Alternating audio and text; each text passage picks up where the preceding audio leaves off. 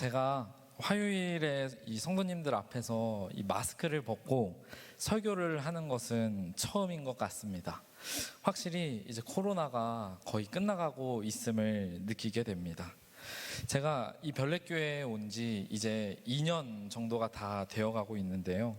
아마 오늘 제가 마스크를 벗은 모습을 처음 보시는 우리 성도님들도 계실 것 같습니다. 요즘 사회적 거리두기가 많이 완화가 되면서 다시 교회에서도 활동하는 모습들을 많이 보게 됩니다. 그동안 저는 말로만 들었던 이 별내교회의 모습들을 보면서 전도사로서 참 많은 것을 배워가고 있습니다. 학생반도 요즘에 다시 시작하고 있습니다. 그래서 내일 모레 이제 목요일에 제가 몇 명의 학생들과 같이 약속을 잡았습니다. 그것은 한국과 브라질의 이 축구 평가전을 보러 가는 것입니다. 이 브라질은 현재 세계에서 축구를 가장 잘하는 나라입니다. 이 수많은 축구 스타들이 한국과의 평가전을 위해 내한을 하였고, 날마다 이 브라질 선수들의 행보가 화제가 되기도 합니다. 제가 오늘 한 명의 선수를 소개시켜 드리겠습니다. 이 브라질에 다니엘 알베스라는 선수가 있습니다. 이 선수는 축구 역사상 가장 많은 우승을 할 정도로 내노라하는 축구 선수입니다. 그런데 이 대단한 인물이 탄생하기까지는 홀로 그 자리에 가는 사람은 없을 것입니다.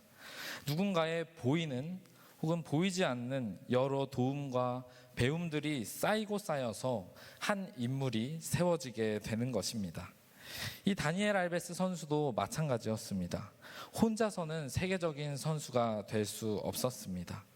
이 선수가 한국에 와서 특별한 경험을 하게 되는데요. 그것은 바로 21년 전에 브라질에서 만났던 이 한국인 친구를 다시 만난 것입니다. 21년 전 김상덕이라는 한국인이 어린 나이에 브라질로 축구 유학을 떠나게 됩니다.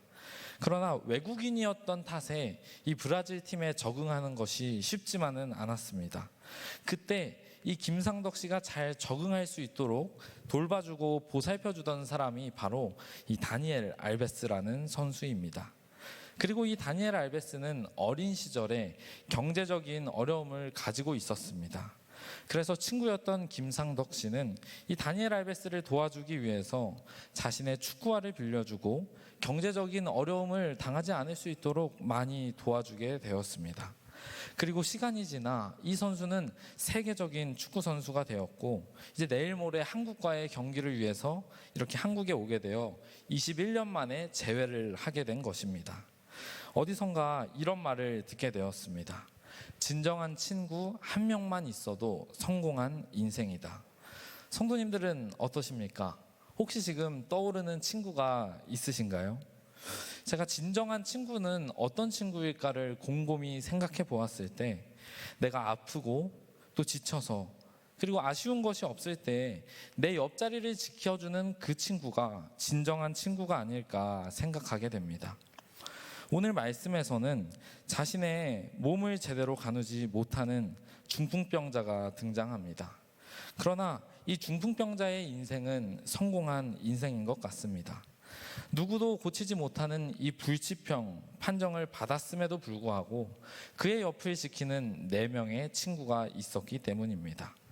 이 중풍병은 오늘날로 말해서 쉽게 뇌졸중입니다. 혈관이 막히거나 문제가 생겨서 마비가 오고 결국에 움직이지 못하게 되는 병이었습니다. 그런데 움직이지 못하는 것만큼 괴로웠던 것이 있었다면 이때 당시에는 질병에 걸리는 이유가 죄 때문에 하나님께 받는 심판이라고 여겨졌습니다. 그래서 이 중풍병에 걸린 것은 죄인이 받아야 할 하나님의 진노의 결과였던 것입니다.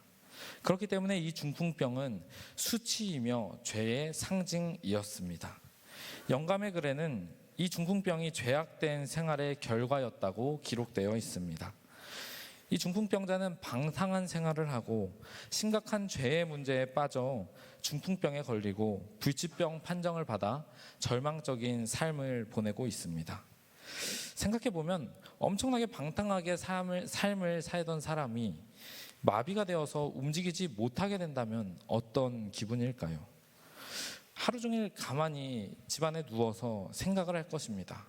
내가 그때 왜 그랬을까? 내가 왜 그렇게 살았을까? 기약 없이 되뇌이고 되뇌이는 것입니다. 그러다 이 중풍병자는 예수님의 소문을 듣게 됩니다. 아마 이 중풍병자는 이렇게 생각했을 것입니다.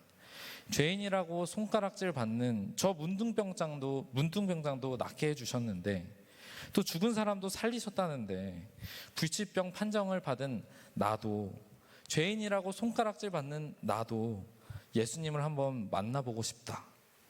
근데 그런 것이 쉽지만은 않습니다. 왜냐하면 이 사람이 병에 걸린 이유는 죄의 결과였기 때문입니다. 죄악의 생활을 해서 하나님께 심판을 받은 상황입니다. 그런 사람이 예수님께 나아가는 것은 쉽지만은 않았을 것입니다. 그럼에도 불구하고 이 중풍병자는 예수님께 나아갈 수 있었습니다. 그 이유가 무엇일까요? 영감의 글에는 이렇게 기록되어 있습니다. 그때 그는 예수의 놀라우신 사업에 대하여 들었다. 자기처럼 죄가 많고 무력한 다른 사람들이 고침을 받았고 심지어 문중병자들이 깨끗해 함을 받았다는 말을 들었다.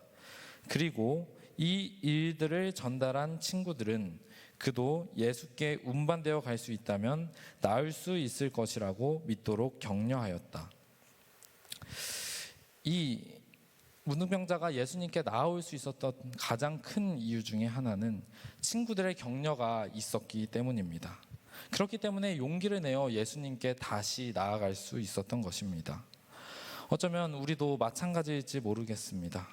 때때로 나의 신앙이 흔들려서 그리스도인 같은 생활을 하지 못할 때가 있습니다. 또 하나님과 멀어졌을 때가 있습니다. 그런 나의 모습이 너무나 추악하고 더러워서 하나님 앞에 나아가는 것이 너무나 부끄러울 때가 있습니다. 내가 다시 하나님 앞에 나아갈 수 있을까라는 고민을 하게 됩니다. 그때에 우리 곁에 믿음의 친구가 있다면 돌아가기 쉬운 것입니다. 혹시 지금 내가 너무나 내 자신이 미워서, 내가 너무나 죄인임이 무거워서 예수님께 돌아가지 못하시는 분이 있다면 고민하지 마시고 예수님께 돌아오시기 바랍니다. 은혜로우신 예수님께서는 죄인이 돌아오는 것을 항상 기다리고 반기고 계십니다. 또한 우리 주변에 교회를 떠나 돌아오기 힘들어 하시는 분이 계시다면 먼저 손 내밀어 주십시오. 어쩌면 갈등하는 그 마음 속에 우리의 격려가 그 죄인을 하나님께 이끄는 귀한 뜻이 될 수도 있을 것입니다. 친구들의 격려와 죄에서의 해방을 원했던 이 중풍병자는 예수님을 찾아가기로 결심합니다. 그리고 4명의 친한 친구들에게 나를 예수님께로 인도해달라는 부탁을 합니다. 예수님은 이때에 베드로의 집에서 설교를 하고 계셨습니다. 성경은 이 장면에 대하여 문 앞까지도 들어설 자리가 없어 엄청나게 많은 사람들이 예수님의 설교를 듣고 있다고 기록합니다. 예수님이라는 사람은 한 분이었지만 그들은 각자 각양각색의 목적을 가지고 예수님을 찾아왔습니다. 사람들은 자신의 필요에 따라 움직입니다. 병 고침을 위하여 예수님을 찾아온 사람들도 있었고요. 말씀을 듣기 위하여 나온 사람들도 있었습니다. 예수님을 고소할 구실을 찾기 위해 나온 바리새인과 서기관들도 있었고요. 불신하는 자들이 있었고 호기심을 가진 자들도 있었습니다. 오늘 성도님들은 어떤 목적을 가지고 이 교회에 오셨습니까? 어떤 목적을 가지고 예수님을 찾아오셨습니까? 인간관계 때문입니까? 경제적 어려움 때문입니까? 아니면 집에서 가까워서입니까? 우리가 예수님을 찾는 이유는 그분의 온전하신 사랑을 믿고 죄사함을 받기 위해서입니다. 그것이 목적이 되어야 합니다. 중풍병자와 이 4명의 친구들은 예수님께로 나아가고자 했지만 그 길을 뚫을 수 없었습니다. 죄인이었던 이 중풍병자에게 길을 양보해 줄 사람은 아무도 없었기 때문입니다. 이 중풍병자는 얼마나 안타까웠을까요? 진짜 정말 큰 결심을 하고 죄인이라고 손가락질 받는 이 상황에서 친구들까지 동원해서 겨우 예수님이 계신 곳에 왔는데 다 와서 못 만나는 상황입니다. 그러나 이 중풍병자는 포기하지 않았습니다. 그리고 친구들에게 다시 한번 부탁합니다.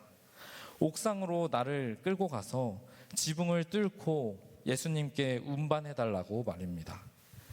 친구들은 중풍병자를 데리고 옥상으로 향합니다. 이때 당시 지붕은 나무 위에 각종 풀들을 올리고 그 위에 진흙을 덮는 그런 구조였다고 합니다. 중풍병자를 옥상으로 데리고 올라온 친구들은 지붕을 막 걷어내기 시작합니다. 흙을 파내고 풀을 뜯어냅니다. 그리고 마침내 지붕에 구멍이 생기고 예수님이 보입니다. 현실적으로 남의 집에 지붕에 구멍을 뚫는다는 일은 쉽지 않은 일입니다. 아마도 집 주인에게 배상을 해야 했겠죠. 이때는 2배의 배상을 했어야 합니다. 친구들은 지붕을 뚫기 전에 그 사실을 알고 있었음에도 불구하고 이 지붕을 뚫은 것입니다. 중풍병자인 이 내 친구가 예수님을 만날 수만 있다면 어떤 것이든 다 감수를 했던 것입니다. 오늘 우리는 어떤 사람이 되어야 하겠습니까? 오늘 말씀을 통해 하나님께서는 우리에게 어떤 어려운 상황에 처해 있을지라도 예수님 앞으로 영혼을 데려오라고 말씀하고 계십니다. 중풍병자는 혼자 몸을 움직이지 못하는 사람입니다. 그들은 혼자의 힘으로 예수님께 나아올 수 없습니다. 어떠한 난관이 있더라도 예수님 앞으로 영적인 중풍병자들을 데리고 오는 별내교회 모든 성도님들이 되기를 소망합니다. 이제 지붕을 뚫고 중풍병자를 밑으로 내리기 시작합니다. 아마도 줄에 침상을 묶어서 내렸을 것입니다. 여기서는 엄청난 호흡이 필요한데요. 한 명이라도 줄을 먼저 이렇게 내리게 되면은 균형이 무너져서 이 움직이지 못하는 중풍병자는 그곳에 추락하게 될 것입니다.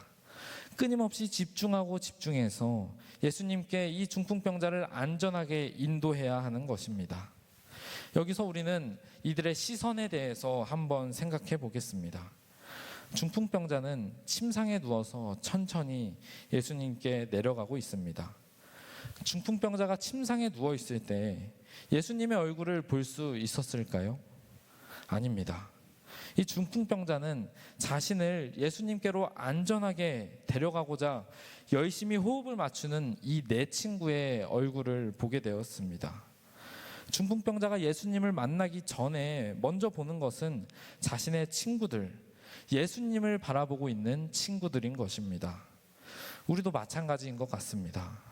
내가 내 친구를 혹은 내 지인을, 내 구도자를 교회로 인도하고자 할 때 그들이 먼저 보는 것은 예수님이 아니라 예수님을 바라보고 있는 나의 모습입니다. 내가 먼저 예수님을 바라보아야만 나를 통해 그 친구를 예수님께로 인도할 수 있는 것입니다. 성도님들은 예수님을 바라보며 살아가고 계십니까? 이것은 저에게 많은 반성을 하게 합니다. 전도사인 제가 먼저 예수님을 바라보아야만 제가 맡고 있는 우리 학생들이 예수님을 바라볼 수 있는 것입니다. 2장 5절을 읽도록 하겠습니다. 예수께서 그들의 믿음을 보시고 중풍병자에게 이르시되 작은 자야 내 죄사함을 받았느니라 하시니.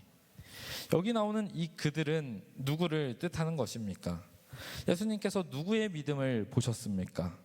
4명의 친구들의 믿음을 보셨습니까? 아니면 중풍병자를 포함한 4명의 친구들입니까?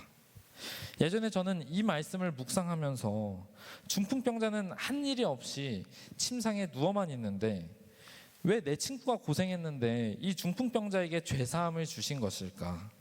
내 친구가 정말 잘해서 이 중풍병자가 죄사함을 받은 것일까 생각을 했습니다. 하지만 영감의 글에서는 이것을 명쾌하게 설명하고 있습니다. 중풍병자를 맨 사람들은 몇 번이고 군중을 해치고 들어가려고 하였으나 헛수고였다. 이 병자들은 말할 수 없는 고통으로 자기 주위를 둘러보았다. 갈망하던 도움이 이렇게 가까이 있는데 어떻게 소망을 포기할 수 있겠는가?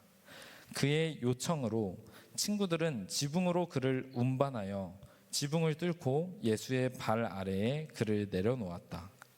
예수님께서 2장 5절에 말한 그들의 믿음은 내 친구를 포함한 중풍병자의 믿음이었습니다.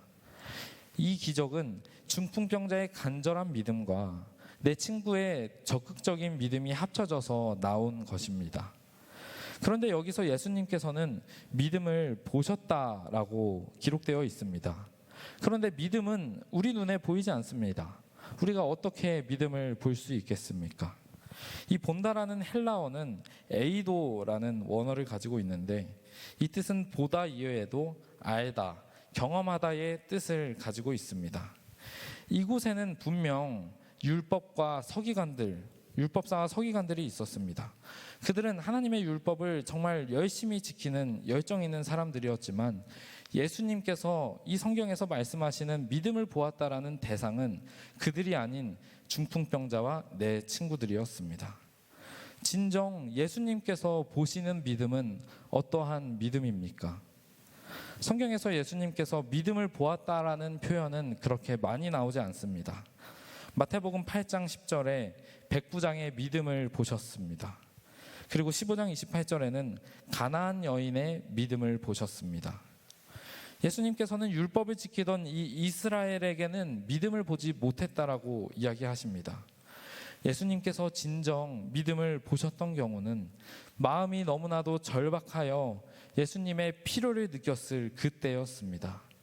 간절한 심령을 가지고 예수님이 아니면 아무런 방법도 없다라는 그 사실을 내가 마음 깊이 깨달았을 때, 예수님만이 그것을 해결하실 수 있다라는 것을 깨닫고 그 앞에 겸손한 심령으로 나아갔을 때 그들의 믿음을 보시는 분이 바로 예수님입니다.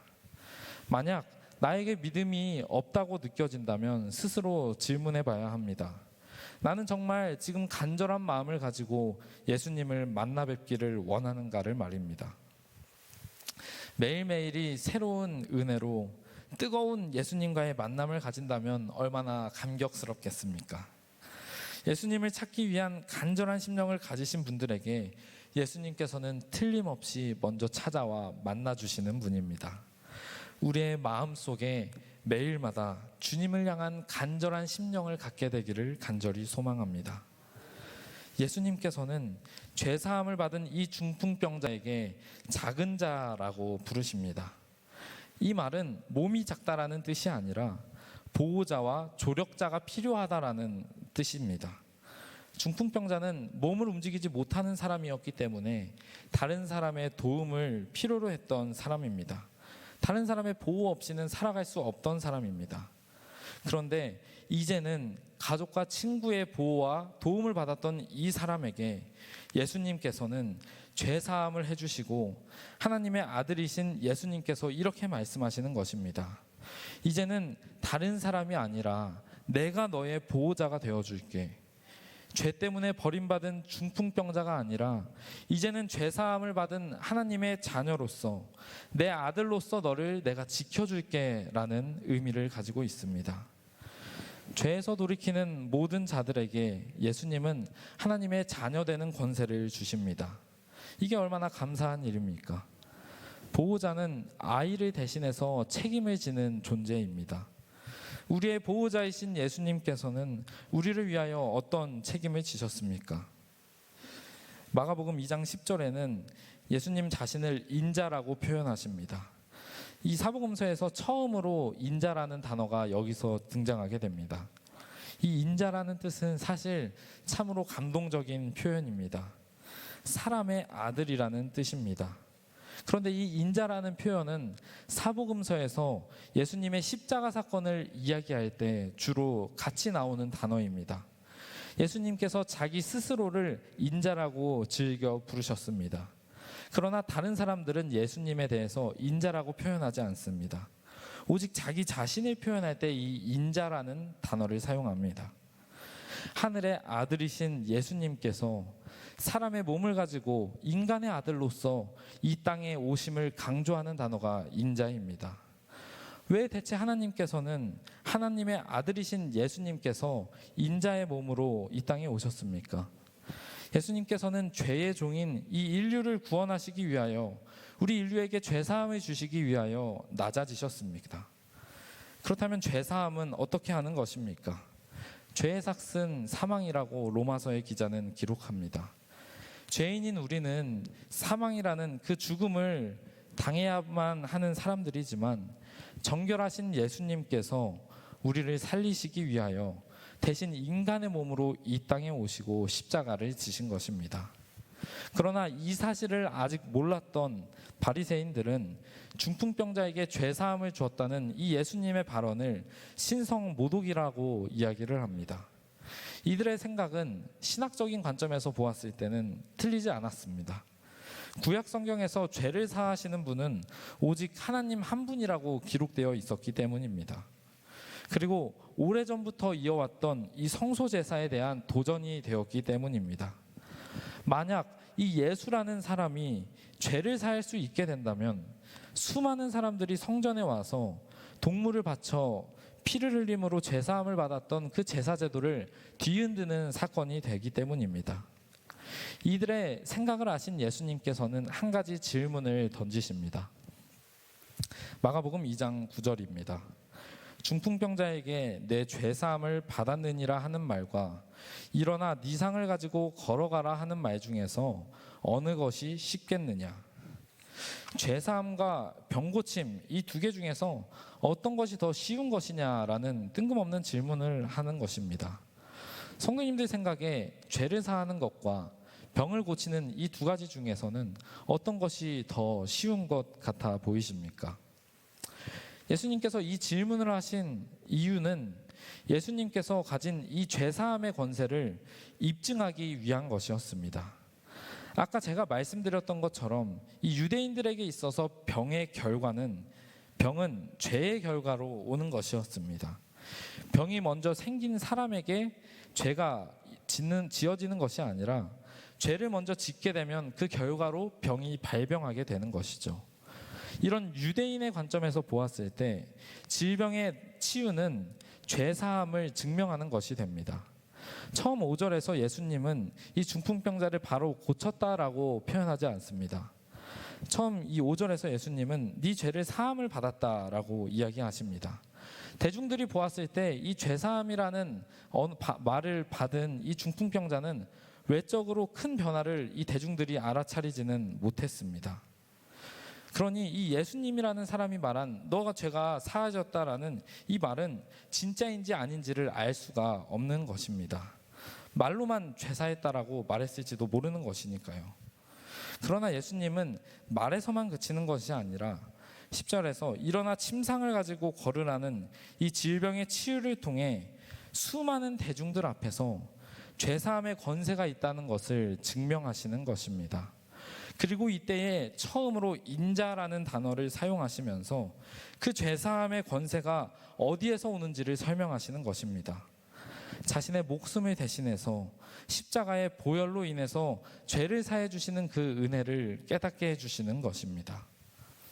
그러므로 병이 치유된다는 것은 죄사함을 뜻하는 것이며 예수님께서는 중풍병자의 병을 고치심으로 죄사함의 권세가 있다라는 사실을 보여주신 것입니다. 오늘 말씀에서 이 중풍병자의 상황은 나와 상관이 없다라고 생각해서는 안 됩니다. 어쩌면 이 중풍병자의 모습은 오늘날 나의 모습일지도 모르겠습니다. 예수님을 믿고 교회에 다닌다고는 하지만 뜨거움이 없는 나의 모습과 날마다 그리스도의 은혜를 입어야 하는데 그 은혜를 맛보지 못하는 나의 모습, 율법의 행동은 지키지만 간절한 심령이 없어 믿음은 자라나지 않는 나의 모습이 영적으로 아무것도 할 수 없는 이 중풍병자의 모습이 아닌지 생각해 보아야 합니다. 하지만 예수님은 이런 우리의 아무것도 할 수 없는 죄된 모습도 사랑하시고 언제나 죄에서 돌아오시기를 기다리는 분이십니다. 예수님의 뜻은 무엇이냐면 우리를 죄에서 깨끗게 하셔서 하나님의 자녀 삼으시고 우리가 거룩한 생애를 살 수 있도록 하시는 것입니다.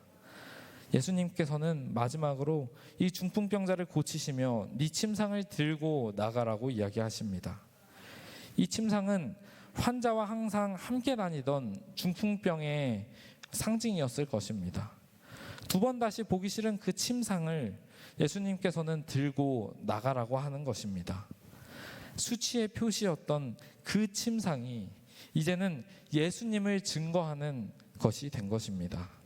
그때의 수많은 사람들이 하나님께 영광을 돌렸다고 성경은 기록하고 있습니다. 사랑하는 별내교회 성도님들, 하나님께서는 우리의 쓴 삶을 쓰이는 삶으로 만들어 주시는 분이십니다. 나의 추악한 죄의 모습을 통하여 하나님께서는 역사하십니다. 그것을 꼭 기억하시고 많은 사람들을 주님 앞으로 인도하는 별내교회 모든 성도님들이 되시기를 바라며 말씀을 줄이도록 하겠습니다.